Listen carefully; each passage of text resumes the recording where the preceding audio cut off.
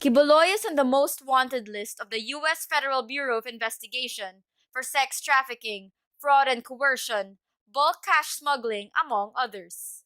The trial for Quiboloy and his associates will begin in 2024, but Lavinia believes Philippine authorities should also investigate Quiboloy.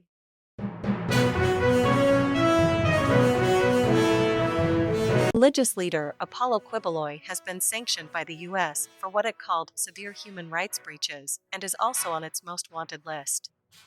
The U.S. Department of Treasury has sanctioned about 40 people from 9 countries, including Quiboloy, the founder and supreme leader of the Kingdom of Jesus Christ, the name above every name, KOJC, for alleged involvement in corruption and violations of human rights. Due to his alleged involvement in the sex trafficking of young girls within his religious community, he was designated in accordance with an executive order implementing the U.S. Global Magnitsky Act. Quiboloy is sanctioned under the Global Magnitsky Act for human rights violations. Among other effects, all property and interests in property for Quiboloy in the U.S. Under the Global Magnitsky Act, Quiboloy has been sanctioned for human rights violations. Among other consequences, all Quiboloy property and real estate interests in the United States are blocked, and U.S. individuals and entities are prohibited from to transact with Quiboloy, the United States said. Ambassador Pavilion said in Manila Saturday. In a December 9 press release, the Treasury Department accused Quiboloy of systematic and widespread rape of girls as young as 11 and other acts of physical violence for more than a decade.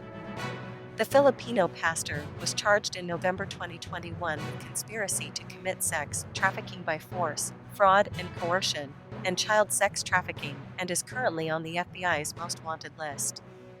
The Filipino pastor was charged in November 2021 with conspiracy to commit sex trafficking by force, fraud and coercion, and child sex trafficking, and is currently on the FBI's most wanted list.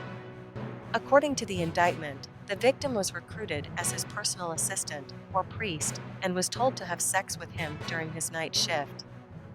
Quiboloy served as a priest in several countries, including the Philippines and the United States, the Treasury Department said. Quiboloy used his role in KOJC to rape his victims and subject them to other physical abuse, describing these acts as the sacrifices required by the Bible and God for the salvation of the victims, he added.